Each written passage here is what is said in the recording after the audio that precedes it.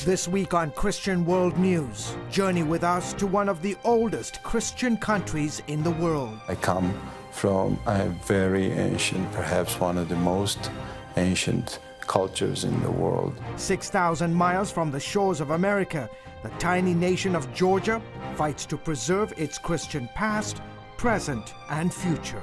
Georgians have always had to defend their faith, even to the last drop of blood. And meet one of Georgia's most famous men, leading the charge to protect faith in his nation.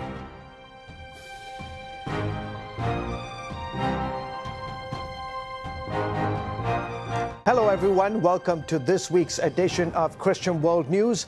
I'm George Thomas. On this special edition of the broadcast, we focus on a part of the world few people have ever heard of or know its location.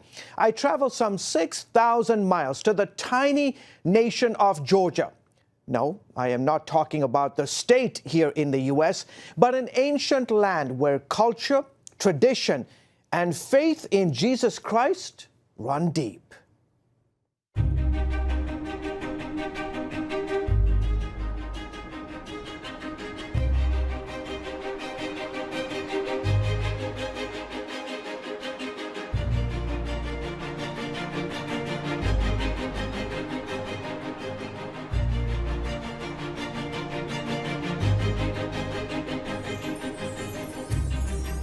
It was famed novelist John Steinbeck who, while traveling through the Soviet Union in 1947, referred to this land as a kind of second heaven. And it's easy to see why. Once part of the Communist Empire and often called the Riviera of the Soviet Union, the Republic of Georgia nestles between the Caucasus Mountains and the Black Sea. Turkey and Armenia flank its southern border. Azerbaijan is to the east, Russia to the north. Levan Vazadze is a Georgian businessman. I come from a very ancient, perhaps one of the most ancient cultures in the world. An ancient place where people speak a language that's over 2,000 years old. Ethnographer Luasab Togonitse says his is a country that has also witnessed its fair share of turmoil. Georgians go through a lot. Because of the geographical location, many armies, invaders would pass this way. History here is measured in millennia, not centuries. And throughout the ages, your country has been the playground for numerous empires. The Ottomans, the Persians, the Greeks, the Byzantine Empire, the Romans, the Mongols, the Russians. In the capital city of Tbilisi, the ancient and modern mix seamlessly to create a beautiful portrait of Georgia's rich culture and traditions. One of the best ways to take in the sights and sounds of Tbilisi is to take one of these trolleys up the mountain.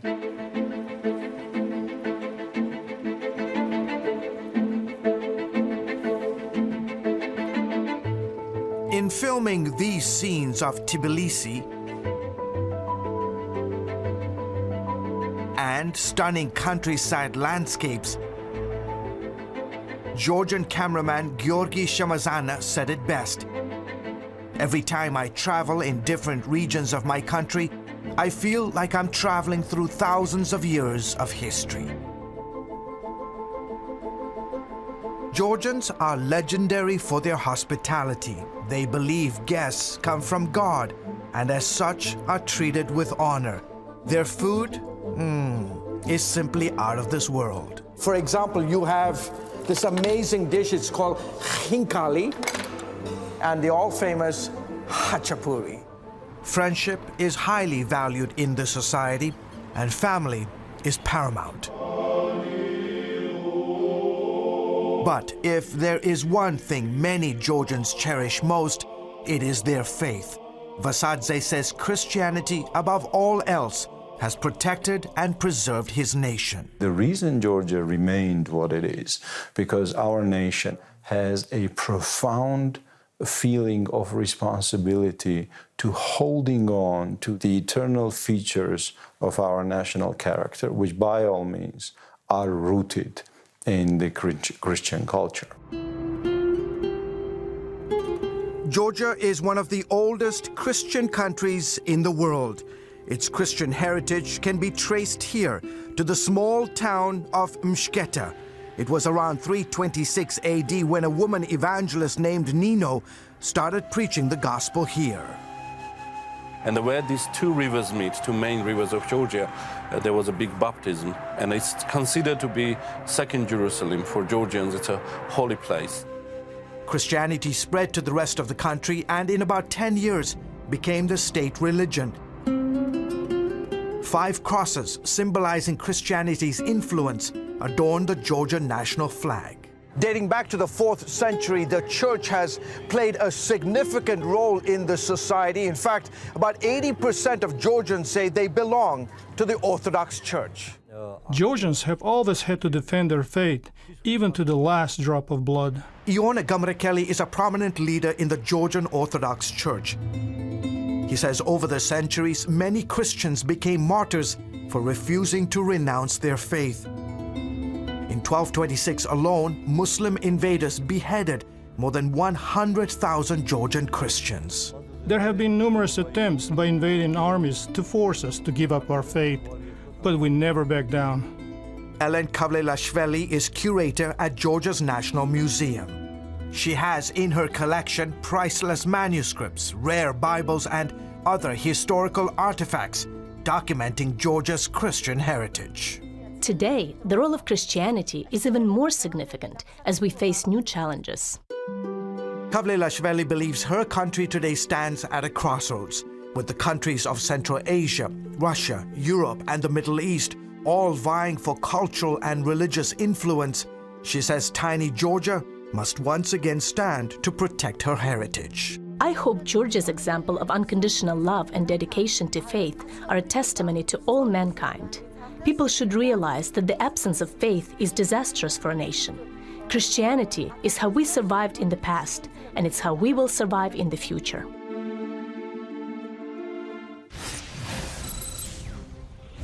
Up next, as our special coverage from Georgia continues, a closer look at how modern influences are challenging this nation's deep religious values.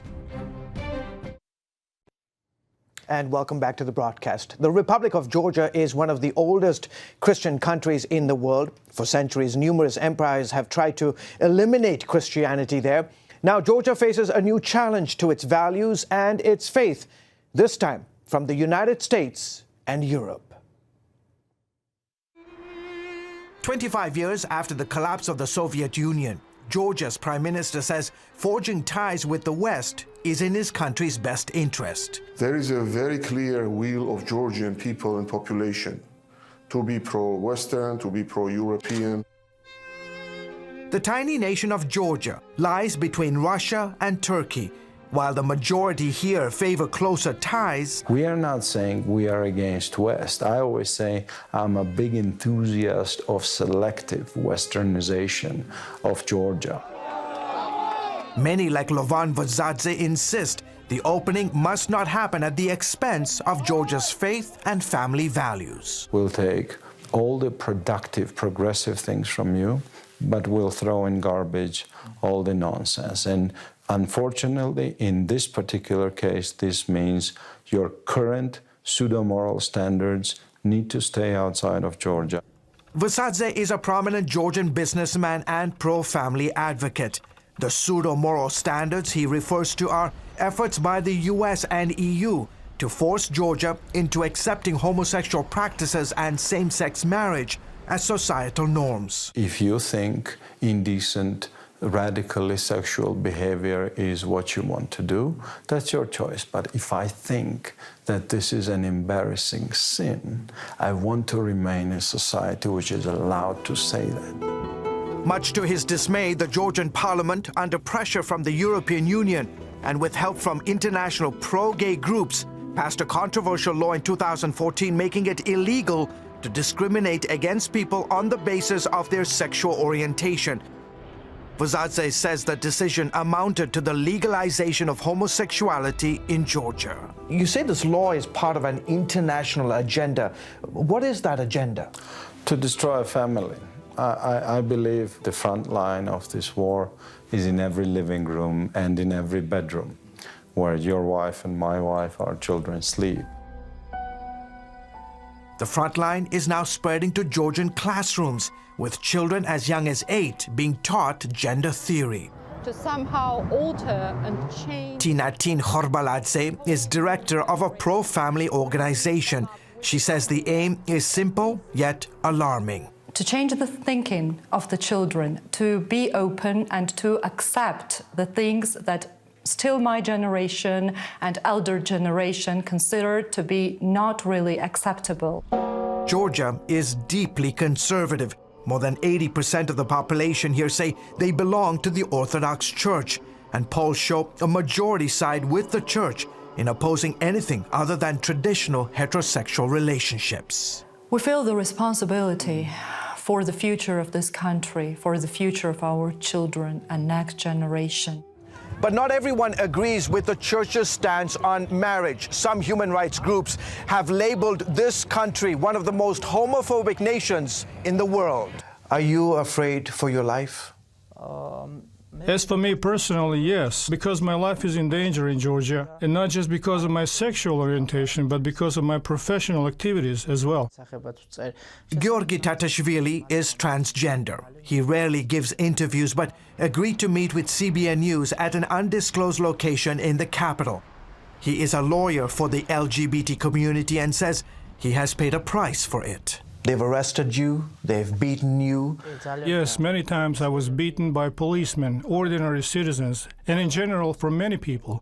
Tatashvili made headlines earlier this year when he became the first person ever to file a suit with the Constitutional Court seeking same-sex marriage. The lawsuit is still pending. A majority of Georgians today believe that what you're doing, your lifestyle, is sinful. And they say that you are destroying their country. I think that this is the case, and I'm not surprised people feel this way. The principles of secularism are practically violated in Georgia.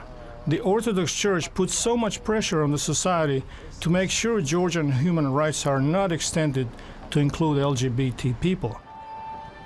Meanwhile, Levan Vazadze worries the pressure to become more accepting of homosexuality in Georgia will only intensify following last year's controversial Supreme Court decision legalizing same-sex marriage in America.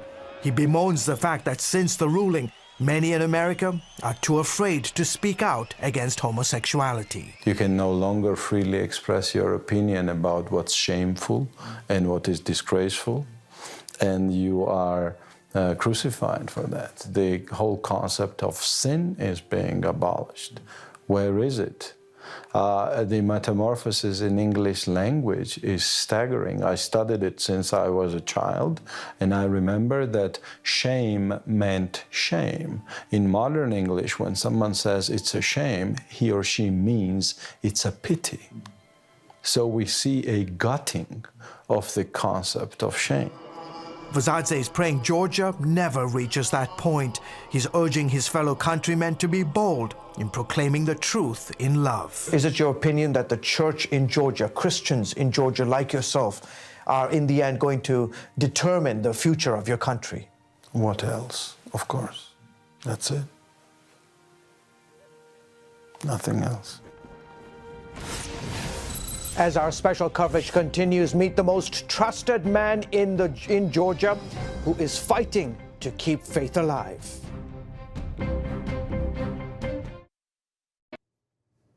And welcome back to the broadcast. You know, across Europe, churches are closing as growing numbers of Christians abandon the faith.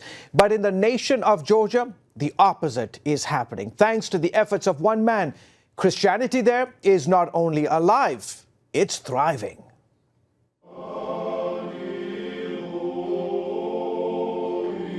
On any given Sunday morning, you'll find most churches in Georgia packed with the faithful. And one of the first things a visitor will notice is that there are no pews or chairs in most Georgian churches.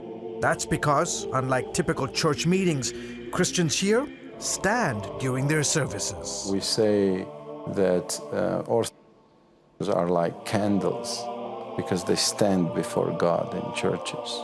It's uncomfortable. to stand for 2 hours, 3 hours in a row, but we choose to. That was the case during a service at Holy Trinity Cathedral in Georgia's capital of Tbilisi, as thousands stood listening to their nation's most famous citizen. His name, Ilya II, and he leads one of the oldest Christian communities in the world. The history of the Georgian church dates back to the 1st century AD, when the apostles of Jesus Christ entered Georgia and preached the gospel. At 83, this elder statesman has been affectionately dubbed the most trusted man in Georgia. He's the spiritual father of Georgia and a wonderful example of what it means to be a humble servant of God. You've probably never heard of him, but here in Georgia and surrounding countries, Ilya II is more famous than movie stars and politicians. Patriarch Ilya II is the most respected figure in Georgian society. In fact, his favorable poll numbers are over 90%. In an exclusive interview conducted at his private residence, Ilya II, whose official title is Patriarch of the Georgian Orthodox Church, spoke with CBN News about his country's deep love for God. The church's past is intertwined with the people and history of our nation. In the 4th century AD, Christianity was officially declared as the state religion. That makes Georgia one of the oldest Christian countries in the world. Tucked between the Caucasus Mountains and the Black Sea, more than 85% here say they belong to the Orthodox Church. And while many neighboring European countries have seen religious adherence fall, Christianity in Georgia is witnessing unprecedented growth. We are like the little spiritual oasis in the middle of this region. Patriarch Ilya II was installed back on Christmas Day 1977, and since then he has managed to single-handedly revive the Georgian Orthodox Church. He took over at a time when Christianity was under severe persecution from the Soviet government. The Bolshevik invasion in 1921 witnessed the unmerciful destruction of churches and monasteries across Georgia. Sergo Vardoltsanidze is a professor of Georgian history. There were 1,500 churches and 1,600 clergymen active in Georgia. When the Patriarch was installed, there were only 50 churches and barely 70 priests remaining. He initiated a range of reforms to rebuild the church, including an emphasis on young people. He reached out to the youth, encouraging them to attend church and to consider the priesthood. He also took steps to make church services more engaging and easier to listen to. The church showed signs of revival in the late 1980s. Men like Ione Gamrekeli, impressed by the Patriarch's humility and dedication to service, decided to join the priesthood. The Patriarch stretched out his hands to the people and the people responded. He preached God's word and people turned to God. Then came the Soviet Union collapse in the late 90s, which led to Christianity's renewal. The changes have since been profound. Now there are more than 2,000 active churches, with new ones being built every year, like this massive structure rising on the outskirts of Tbilisi. Also, more than 3,000 people have joined the priesthood, serving the spiritual needs of Georgia's nearly 4 million people. It has been said that the Patriarch inherited a church that was severely persecuted and covered in shroud. Now it is a living body. Nearly 3 hours after arriving for the service, a slow and frail Patriarch Ilya II finally makes his way through the throngs of worshippers that have gathered to hear him speak this Sunday morning. CBN News is granted unprecedented access to film as hundreds of men, women, and children line the ornate halls of Holy Trinity Cathedral to receive a prayer or special blessing. The Patriarch always says that all that's been achieved during his reign is because of the Lord's will. After decades of religious repression, many are grateful that the church in Georgia has not only survived, but is thriving, thanks in part to one man's desire to bring his nation closer to God. Many kind achievement has been accomplished, and I thank God for letting me undertake such endeavors for our nation. you can bring these amazing stories from Georgia to your friends and family. Simply go to our CBN News webpage and share it on Facebook and Twitter. Folks, we'll be back right after this.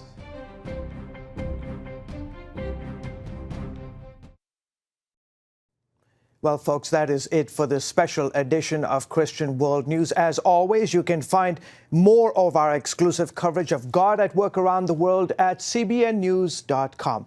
Tell us what you think about the stories you've seen here this week. As always, you can reach out to us via Facebook, Twitter, or Instagram. I hope you will send us your comments, especially on this particular edition. Well, folks, that is it, unfortunately, for this week's edition of Christian World News. From all of us here in the studio, as well as back in the control room, have a fantastic week. And always remember, God bless you and God loves you.